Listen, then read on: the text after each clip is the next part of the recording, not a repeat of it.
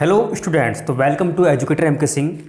और आज से हम अपना जो कोर्स है एक तरह से आप जिसको समझ लीजिए जो बोर्ड के एग्ज़ाम्स की प्रिपरेशन है वो स्टार्ट कर रहे हैं। अब बुक्स वगैरह जो है वो एनसीईआरटी की जो है वो फ्लेमिंगो जिसको हम नाम दिया है टेक्स्ट बुक का, और विस्तास, ये चल रही हैं फ़िलहाल। और यही हमारे सीबीएसई बोर्ड में भी हैं और यही हमारी स्टेट बोर्ड्स के अंदर भी हैं। तो ऐसे में हम इस वीडियो में ये बताने वाले हैं कि आपका जो फर्स्ट पोएम है माई मदर एट 66 जो कि कमला दास जी ने लिखी है उसकी पूरी समरी। तो माई मदर एट 66 इसका आपको पहले बता दूं मैं मतलब क्या है। अगर हम ऐसे ही क्लियर करते हैं तो 66 का क्या मतलब होता है यहाँ पर। 66 जो है वो उनकी एज को रिप्रेजेंट करता है, यानी कि जो पोइट है, पोइटिस हैं, जिसको हम जो लेखिका हैं हमारी जिन्होंने इस पोएम को लिखा है, उनकी मदर 66 एज में पहुंच गई थी, 66 ईयर्स की एज में, और उनकी जो हालत है वो उन्होंने अपनी इस पोएम में दर्शाई है, अपनी इस पोएम में रिप्रेजेंट की है। तो कमला दास जी इसकी राइटर हैं और वो मतलब कि इनके बारे में तो बुक्स वगैरह में लिखा ही हुआ ही है, आप चाहे तो देख सकते हैं। बट हम यहाँ पर अपने इस पोएम का हिंदी में समरी या फिर हिंदी में एक्सप्लेनेशन इस वीडियो में फ़िलहाल बताने वाले हैं। तो ये फर्स्ट है, इसके बाद आपको सेकंड, थर्ड, फोर्थ जितनी भी पोएम्स आ रही हैं इस साल तो वो सब आपको उसके हिंदी समरी एक्सप्लेनेशन मिलेंगी, और कौन कौन से पैराग्राफ से कौन कौन से क्वेश्चंस बनेंगे, उनके क्या आंसर हैं, वो भी आपको देखने के लिए मिलेगा। तो आई होप कि आपको वीडियो पसंद आएगी, और वीडियो अच्छी लगे तो ऐसी वीडियोस आपको चैनल पर मिलती रहेंगी। चैनल को सब्सक्राइब भी कर लीजिएगा। फर्स्ट है हमारा, driving from my parents home to Cochin last Friday morning I saw my mother besides me, doze open mouthed, her face ashen like that of a corpse. यानी कि जब वो अपने घर से, अपने जो पेरेंट के घर हैं वहाँ से कोचीन के लिए निकल रही थी लास्ट फ्राइडे मॉर्निंग में, उन्होंने अपनी मदर को देखा जो उनके बराबर में बैठी हुई थी, जिनका जो मुंह था वो खुला हुआ था, वो ऊँग रही थी। डोज का मतलब होता है ऊँगना, और वो ऊँग रही थी। हर फेस ऐसे like that of a corps, corps का मतलब होता है लाश, तो उनका फेस कुछ इस टाइप से दिख रहा था जैसे कि वो एक लाश हों। तो ये इनकी जो फर्स्ट स्टैंजा है उसका अर्थ था, उसका मीनिंग था।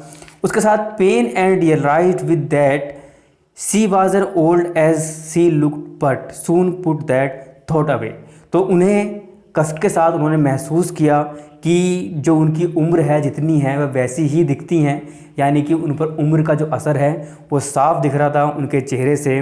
बट जल्दी ही उन्होंने इस थॉट को दूर कर दिया, इस विचार को अपने आप से दूर कर दिया, क्योंकि जो ये थॉट था, ये विचार जो था उनको कष्ट दे रहा था, क्योंकि जो उनसे अपनी जो मदर की हालत है वो नहीं देखी जा रही थी, इसलिए उन्होंने इस थॉट को अपने आप से दूर कर दिया।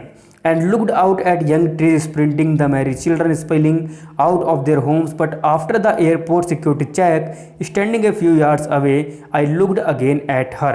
और उन्होंने बाहर देखना शुरू किया जहाँ पर ट्रीज स्प्रिंटिंग, यानी कि स्प्रिंट का मतलब होता है भागना, बहुत तेज दौड़ना, जहाँ पर पेड़ दौड़ रहे थे।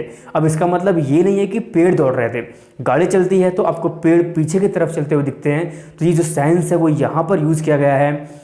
बच्चे बाहर खेल रहे थे, बहुत खुश थे, तो जो लेखिका हैं उन्होंने अपने वाहन से, अपने व्हीकल से, अपनी गाड़ी से जो ध्यान है वो उन बच्चों की तरफ लगा लिया, उन पेड़ों की तरफ लगा लिया, ताकि वो इस थॉट से निजात पा पाएँ, इस थॉट से दूर रह सकें जो कि उनको कष्ट दे रहा था। But at the time of security check at airport, पर जब एयरपोर्ट पर वो सिक्योरिटी चेक हुआ तो उनकी जो मदर थी काफ़ी दूर खड़ी थी, यानी कि कुछ गज दूर खड़ी थी। तो वहाँ पर उन्होंने उनको लास्ट टाइम देखा, और उन्होंने लास्ट टाइम जब उनको विदा किया उसके बाद उन्होंने नहीं देखा उनको, क्योंकि उसके बाद तो वो अंदर चली गई थी, और उन्होंने एक बार देखने के बाद उनको बाय बाय बोल दिया।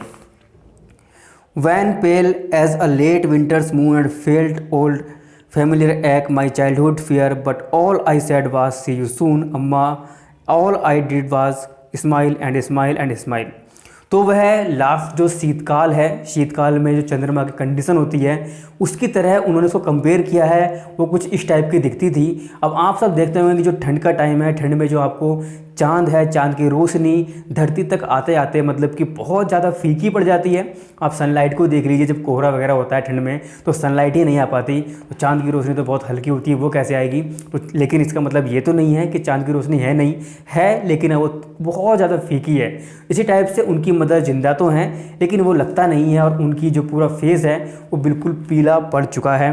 और उन्होंने अपना पुराना जाना बचाना दर्द महसूस किया, जो बचपन का डर था, यानी कि उनको खो देने का डर, कि वो कहीं उनको खो ना दें, इस टाइप से जो डर था वो उन्होंने महसूस किया। और उन्होंने फिर उनसे ये कहा कि मैं जल्द ही आपसे मिलूँगी अम्मा। और वो केवल मुस्कुराती रहीं, मुस्कुराती रहीं और मुस्कुराती रहीं। तो ये यहाँ पर इसका जो कमला दास जी हैं उन्होंने अपना एक लाइफ इंसिडेंट एक्सप्लेन किया है। तो इसकी समरी थी कंप्लीट। आई होप कि आपको पसंद आई होगी, समझ में आ गया होगा। फिर भी अगर कोई डाउट है तो नीचे कमेंट बॉक्स में ड्रॉप जरूर करिएगा। नेक्स्ट वीडियो में हम नेक्स्ट पार्ट देखेंगे, या तो इसके क्वेश्चन आंसर्स को डिस्कस करेंगे, या फिर किसी नेक्स्ट पोएम के या फिर नेक्स्ट चैप्टर की समरीज को फिलहाल हम डिस्कस करेंगे। आई होप कि आपको ये एक्सप्लेनेशन पसंद आई होगी। पसंद आई है तो वीडियो को लाइक और सब्सक्राइब जरूर कर दीजिएगा चैनल को, ताकि आपको ऐसी वीडियोज़ देखने के लिए मिलती रहें।